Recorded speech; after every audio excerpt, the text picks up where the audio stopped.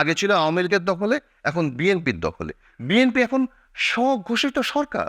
শহীদ president Ziaur রহমানের মতো একজন দেশপ্রেমিক ব্যক্তিত্ব দ্বিতীয়টিবার আর জন্মাবে না বলে আমি সর্বতোভাবে বিশ্বাস করি। জাতীয়তাবাদের চেতনা ছিল, সেই জাতীয়তাবাদের চেতনার জায়গা থেকে বর্তমান বিএনপি কতখানি সরে এসেছে।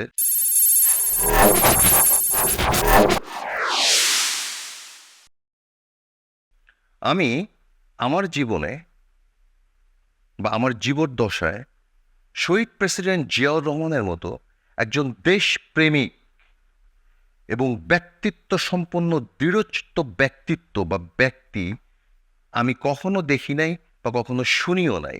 বাংলাদেশের ইতিহাসে, বাংলাদেশে আগে বা পরে শহীদ প্রেসিডেন্ট জিয়াউর রহমানের মতো একজন দেশপ্রেমিক ব্যক্তিত্ব দ্বিতীয়টিবার আর জন্মাবে না বলে আমি সর্বতোভাবে বিশ্বাস করি। এখন বর্তমানে যে গণ অভ্যুত্থানটি হলো, সেই গণ অভ্যুত্থানের পরে শহীদ প্রেসিডেন্ট জিয়াউর রহমানের যে আদর্শ ছিল, উনার যে জাতীয়তাবাদের চেতনা ছিল, সেই জাতীয়তাবাদের চেতনার জায়গা থেকে বর্তমান বিএনপি কতখানি সরে এসেছে, সেই বিষয়টি ভেবে আমি অত্যন্ত কষ্ট পাচ্ছি এবং আমরা সবাই হতবিহ্বলিত। গণ অভ্যুত্থানের পরপরই কি হলো?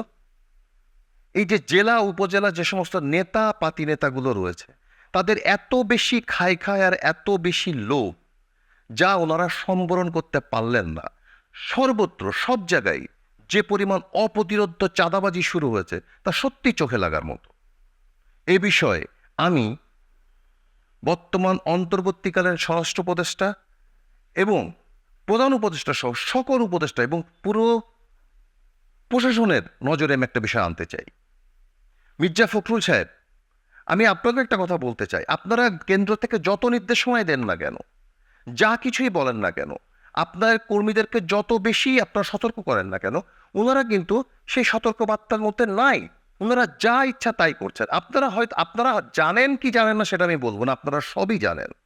আপনারা কেন্দ্র থেকে বিভিন্ন সময় নির্দেশনা দিলেও এখন জেলা উপজেলার প্রত্যেকটি এলাকা, প্রত্যেকটি টেম্পো স্ট্যান্ড, প্রত্যেকটি ফুটপাত, প্রত্যেকটি আর্থিক লাভজনক জায়গা সবই বিএনপির দখলে। তাহলে কাজটা হলো কি? আগে ছিল আওয়ামী লীগের দখলে, এখন বিএনপির দখলে।